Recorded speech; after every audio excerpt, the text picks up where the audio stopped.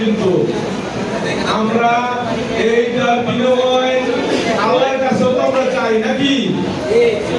আমরা ন্যায় ইনসাফ প্রতিষ্ঠার জন্য লড়াই করেছি। জালেমের বিরুদ্ধে মজলুমের প্রতিবাদ হয়েছে জুলাই যুদ্ধ। সুতরাং জালেমের বিরুদ্ধে যারাই লড়াই করবেন আল্লাহর কথা অনুসারে তাদেরকে আল্লাহ পুরস্কৃত করবেন।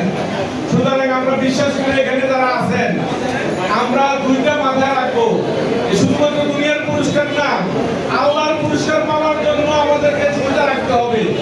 মূলত আল্লাহ রাব্বুল আলামিন আমাদেরকে সৃষ্টি করেছেন, পৃথিবীতে দল হলো দুইটা। আল্লাহ বলেন ওয়াল্লাযী খালাকাকুম ফামিনকুম কাফিরুন ওয়া মিনকুম মুমিনুন। আমি তোমাদেরকে সৃষ্টি করছি, অতঃপর তোমরা কাফের এবং তোমরা মুমিন। দুইজন, কিন্তু দুইজনের বাইরে আল্লাহর কোনো দল নাই। দুইজনের কাজ আল্লাহ বলে দিয়েছে, একজন হলো হিজবুল্লাহ, আরেকজন হলো হিজবুল শয়তান।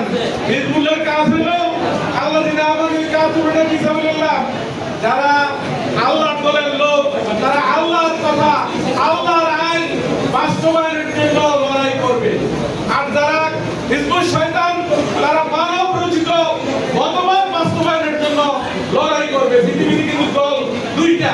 আমি আপনাদেরকে বলতে চাই, যদি আমরা সফলতা চাই, চূড়ান্ত সফলতা চাইলে আমাদেরকে হিজবুল্লাহর পক্ষে থাকতে হবে। আমরা দুনিয়ায় ন্যায় ইনসাফ যেমন প্রতিষ্ঠা করতে চাই এবং আল্লাহর কাছে পরকালের সফলতা আমরা চাই, এটা কিন্তু চাইতে হবে। মানসিকভাবে এখানে যারা আছেন আমরা এটা বিশ্বাস করি, জুলাই যুদ্ধরা এই চেতনা ধারণ করে আমরা যদি নাও বুঝি, সকল নবী রাসূলের কাজ ছিল এটা। লাকাদ আরসালনা রাসূলানা বিল-লাইলি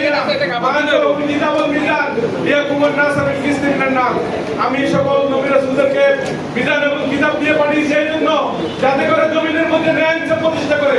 সকলের কাজ ছিল ন্যায় ইনসাফ প্রতিষ্ঠা করা। জুলাই যুদ্ধ আমরা করেছি ন্যায় ইনসাফ প্রতিষ্ঠা করার জন্য।